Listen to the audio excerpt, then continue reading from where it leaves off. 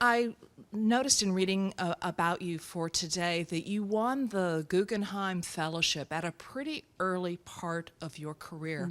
And I'm wondering now, with some perspective, what was the real gift of that? Was it having the block of time to work on your craft? Was Yeah. it having a subsidized block of time to work on your craft? Or was that one of those I have value moments? That's for about you? 30 odd years ago, is that right? 1985. 85. Oh, wow. Yeah. See, I didn't even know that. But so I was 31, so I think, so because I got sober in 86, and I was 32 when I got sober. But I mean, it was such a waste on me. It really was. I mean, I'd never had any money. I was living on air, really, literally. I didn't have to file taxes. I was probably living on about $8,000 a year on a tiny, tiny, tiny houseboat.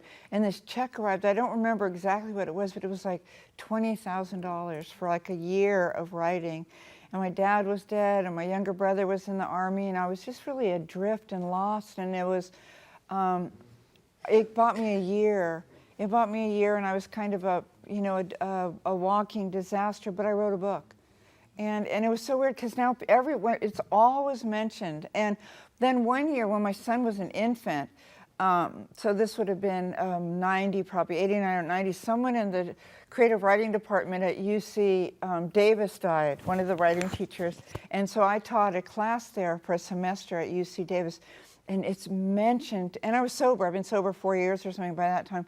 But it is something that makes people take me more seriously instead of the fact that I raised a baby by myself, or that I'm not an awful, awful person. I haven't ever killed anyone that I remember. That sort of stuff tends not to be in the bio. Yeah. Did not murder someone. Yeah, Right. and the Guggenheim and UC Davis are like, because I didn't graduate, which was just so devastating for my mom, because the system was that I would graduate and make something of myself, and it said I was always poor and bumming from other people in the family. And but it's funny because it really makes me look like an intellectual and I wish I'd gotten it later in life, because it would be it would have been so amazing those first 10 years of my son's life to be subsidized. Yeah. But anyway, thank you. Good. Yeah. Hi. Hi. Hi.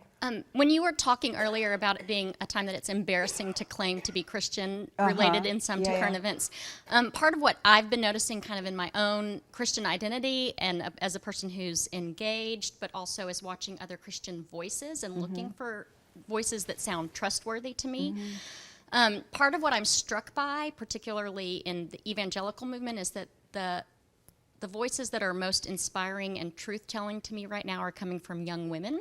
Yeah. Within, and I wonder what voices are you hearing and where are you finding examples of hopeful voices for the future of Christianity within this? It's a great question.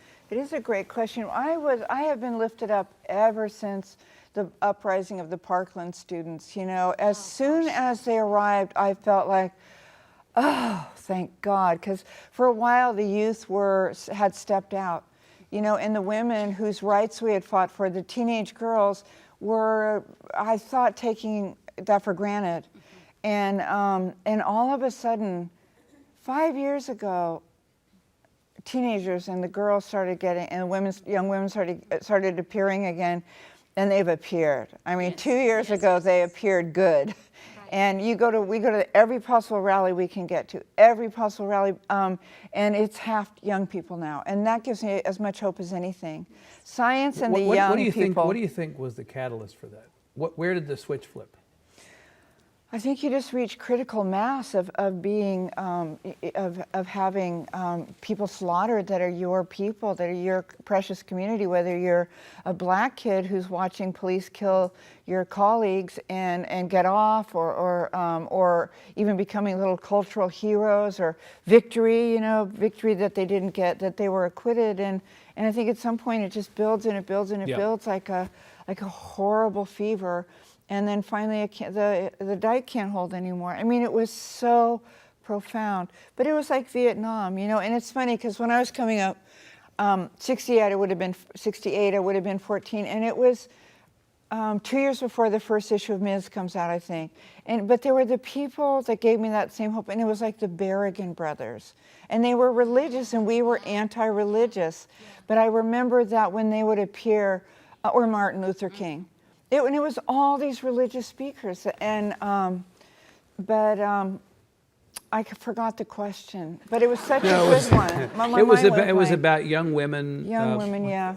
Voices of young women in Christianity. Yeah, and also the young men. I mean, the young white kids got behind their black brothers and sisters who'd gotten shot, you know, going to 7-Eleven to buy a Slurpee. And it just takes what it takes. I've been talking about bottoms a lot because I really think America's hit a bottom finally. Thank you, Jesus. And I believe it started snowballing around the time Reagan was president. He was my governor. Don't forget, my father wrote a book called Anti-California, a report from our first para-fascist state, because we had Ronald Reagan, you know, emptying all the mental institutions so that he could contribute more to the national defense and stuff. I mean, it was insane. I've seen one redwood, seen them all, he said famously. And oh God, I'm so sorry. I'm just so jet laggy and spaced out, but I forgot where I was going to go with that. That's okay. But Berrigan and well, let me take the baton from you and ask a question. Okay, maybe thank get you. you back Thank on the Thank track you. here, and that is, Yeah. and have this maybe be the last. You come at your spirituality, your embrace of Christianity, from a progressive political perspective, and you know, politics and religion have had a hard time mixing in the last 25, 30 years. And there seems to be this sort of new view of where it's appropriate to put politics as a pin into religion. There's a lot more discussions of progressive politics as they intersect with religion, more like what you're talking about these days, out in the open. there's more, but I still like that. Who just won the Nobel Prize? Barber, Reverend Barber, who spoke at the convention. William Barber became a MacArthur Fellow. Yeah, that's what I meant. He became a MacArthur Fellow. He's so profound. This is the minister from North Carolina, right? He is so profound, and he is a progressive voice, and he just talks freedom, and he talks forgiveness, and he talks change. And it was like, I mean, so much is coming out of the far right, killing people in churches, like the people at Mother Emanuel spoke freedom. They spoke freedom and they spoke forgiveness for the man who came into their Bible study and slaughtered them. You know, and the Quakers. It must have been the Amish. Was it 20 years ago when that young Amish man came into the school classroom and killed all those girls?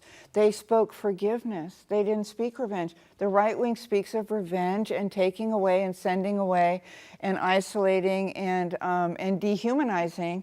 And the Amish, I mean, I think that changed me forever. They spoke peace and they spoke truth. And they invited the killer's wife to join them in the grieving because her life had ended just as tragically as theirs. Yeah. They invited her to all the memorial services. And I mean, that is bigger than any words that anyone can come up with to say. That's just like, wow. Yeah. Let's end it there. Please give Anne Lamott a big hand. Thank you so much for being here.